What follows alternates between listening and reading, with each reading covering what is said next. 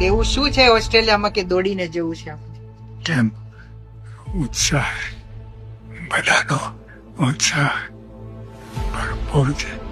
ધીમે ધીમે મજબૂત દોડીને જઈએ, જલ્દી ભેટો થાય. સ્વામીને પહોંચવામાં ઘણું મોડું થાય એવું છે, એટલે કદાચ પ્રથમ વખત એવું બનતું હશે કે કોઈ પ્લેનમાંથી લાઈવ આશીર્વાદ અપાતા હોય.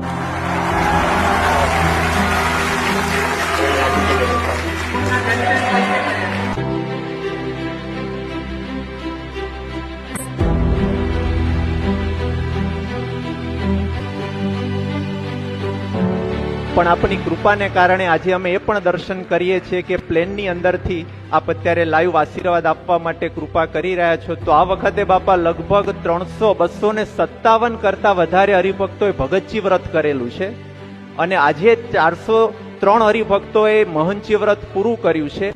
એક હરિભગતે સ્વામી પારક વ્રત પૂરું કર્યું છે, 12 દિવસના નિર્જળ ઉપવાસ પૂરા કર્યા છે.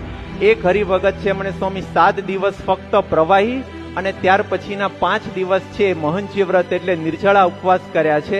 એક હરિભગતે શરૂઆતના 7 દિવસ નિર્જળા અને 5 દિવસ પ્રવાહી, એટલે આવી રીતે સ્વામી ખૂબ આકરું તપ, કેવળ આપની પ્રસન્નતા માટે, પણ છતાં આપ પધારો છો એની સામે તો આ કંઈ જ ન કહેવાય.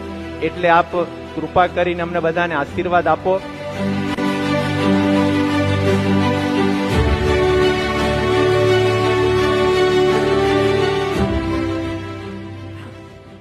તમે બધાએ તપ ઉપવાસ કર્યા છે, પ્રવચન કર્યા છે. હવે પારણા કરી લેજો.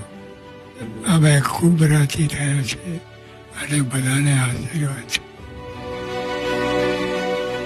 આવીને આવી રીતે અમે આપને કાયમ રાજી કરતા રહીએ, ક્યારે ઉશાળા ન કરીએ અને આપ આવો છો તો સાક્ષાત ભગવાન પધારી રહ્યા છે આપના સ્વરૂપે, એવી અમારા દરેકની પ્રતીતિ છે.